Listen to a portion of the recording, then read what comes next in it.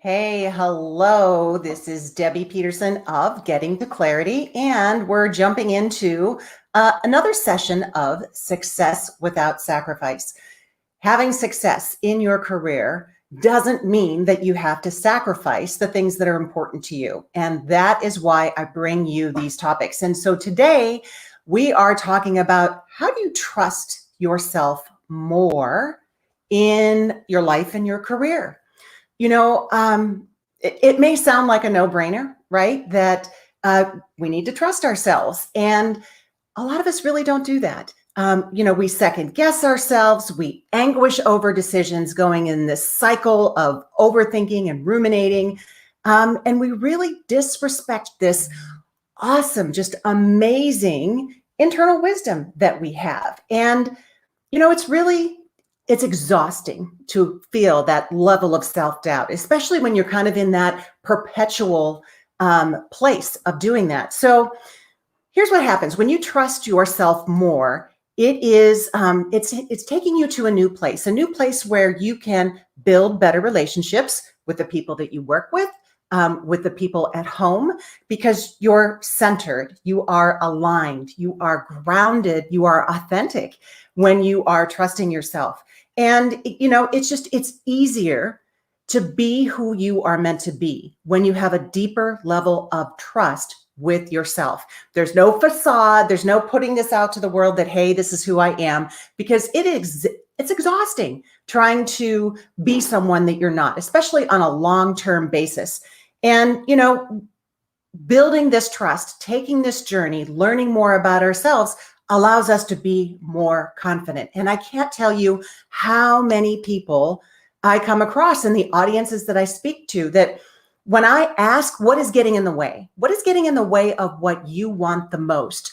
And people are saying myself, me, my self-doubt, limiting beliefs and limiting decisions. And so that's why I'm bringing you this topic today. So I want to give you 3 tips to just help you to start to build that trust within yourself. And so the first tip that I'm going to give you is to get to know yourself. And, I remember back when I was a young kid in the 70s, you would go find yourself, but, I think there's something to that, really. And so what this requires is a healthy dose of curiosity about yourself and that willingness to go inside, to be introspective about yourself. So if you have a journal, go get it, because this involves mapping some things out. From a young age, we have been taught that if we do what's right, then we'll be rewarded. But that's always according to other people. And so now, that's meant to get you through the child rearing of you being a child. But when you get into adulthood, okay, after your parents and your teachers and your family and whomever has gotten you to adulthood, we're supposed to take over. It is our responsibility to really figure out what it is that we want. But some of us forget, we don't do it. So spending some time really getting to know yourself. And here's what I mean is figure out in all aspects of your life, what is it that you really want? What is it that you enjoy? What is it that lifts you up, that makes you feel lighter, that brings you joy, instead of the things that really just suck the life out of you and weigh you down? And so when I talk about the areas of life, I am talking about career. So whatever it is that you do for work, I'm talking about spirituality, and that is whatever you believe in that's bigger than you, capital S source, right? It is relationships, however you define relationships. It is family. It is health and fitness, anything you do to improve your physical body. And it is your own personal development, anything outside of health and fitness that you do to improve yourself as a person. So getting clear on what it is that you want in each one of these areas. What are the things that you enjoy? What are the things that really just allow you to thrive? Because when you know that, then you can make decisions that move you toward that intentionally. You don't just allow things to happen. You kind of know what the end goal is, and you can make decisions in that direction. The second tip I want to give you is to get really clear on your values. So in every area of life, you have values. You have core overall values, and then you have values within each one of these areas of life. And values are useful. They are how you know right from wrong, what is black, what is white, what is good for you, what is not good for you. They aid you in your decision making. They are how you are motivated. So I've said this before, but if you have two jobs that are identical, okay, they are the same title, they are the same responsibilities, they are the same wage grade, or the same earning potential, they are identical in every aspect. If those two jobs are in two different departments, two different organizations, you will experience them differently. And the reason that you do is because your experience is tied to your values. When it comes to career, the work that I do, I want it to be fun. I have fun making these videos. If it's not fun, then I'm not going to do it. It has to be meaningful. And for me to be able to support women and emerging leaders on the rise, that is so meaningful to me. So that's not what I do, but it's what I experience when I do it.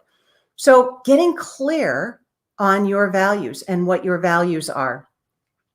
And, I encourage you to make a list, but then I encourage you to prioritize a list. So here's the question you can use to elicit your own values. Ask yourself the question, in the context of career, what must be present in order for me to be fulfilled? What is it that is valuable to me in the context of career? And so figure out what's really important.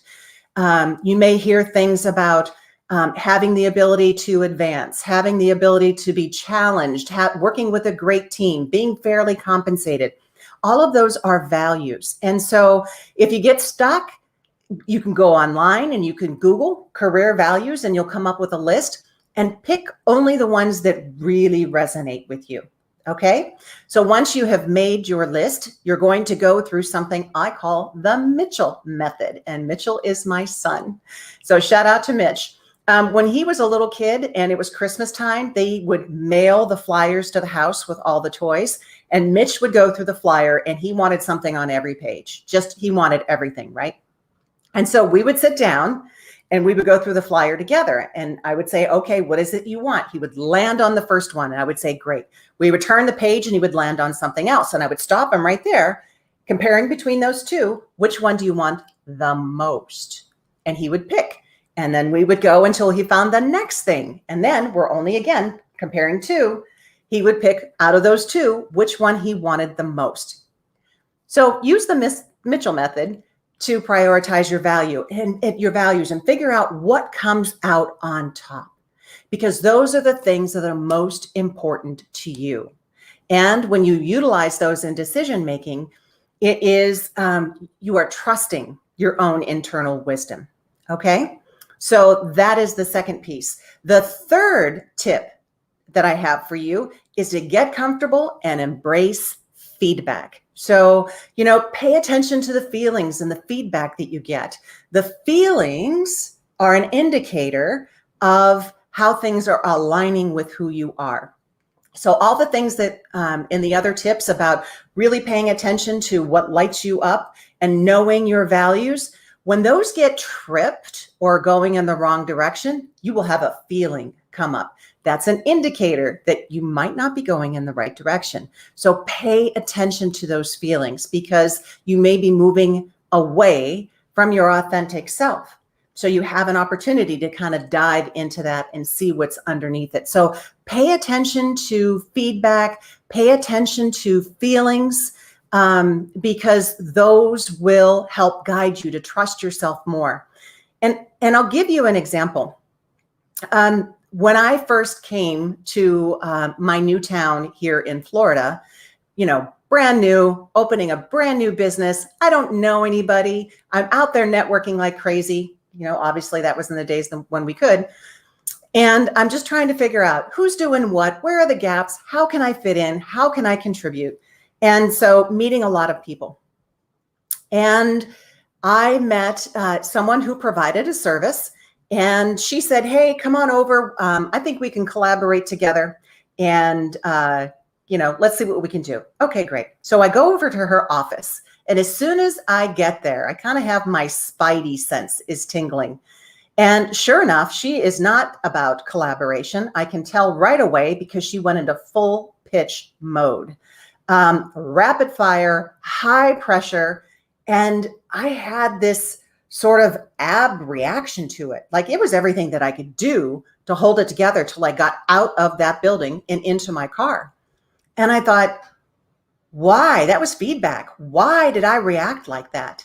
And when I dug into it, I really found out that the particular topic she was talking about, I wasn't well versed in. I needed to know more. And because of my ignorance around that topic, I had this very strong reaction. So that was feedback for me that, woohoo, Debbie, this is something that you need to explore. And so when I did, that reaction couldn't surface anymore. So paying attention to your feelings and your feedback. So once again, to build more trust with this just fabulous internal wisdom that you have, here are the 3 things that I want you to do. I want you to get to know yourself, get a journal, and really dig into the things that light you up, as well as the things that suck the life out of you, because those are indicators as to the direction you should move. And getting clear on your values in each area of your life, but especially your core values as well, because, those are how you are motivated.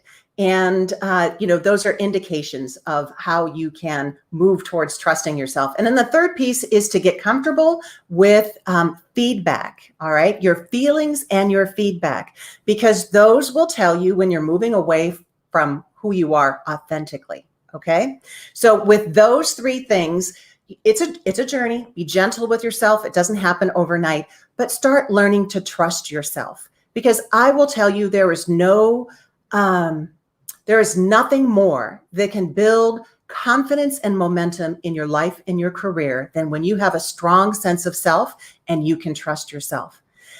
My entire NLP training was learning processes. I studied this for 3 years, studied and apprenticed, of really getting to know myself. And so now everything that I share is based on that, so that you don't have to take as much time, so that you can dive in and uncover these things. So what I want to mention to you now is that if you are looking to be in a community of women who support you, that you have an opportunity to do the deep thinking, that you have a way to release these things, these emotions that bog you down and keep you unclear, a place where you can plan the way forward in a mastermind sort of format where everybody is supporting each other, then I'd encourage you to think about my next retreat.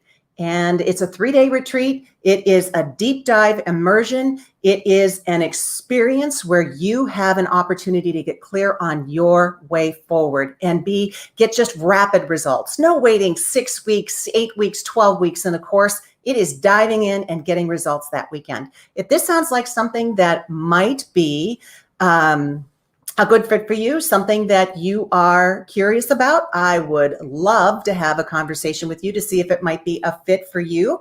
You can go to claritywithdebbie.com and book a complimentary career success call, and we'll dive into where you are, what's getting in the way, and where you'd like to go as a result.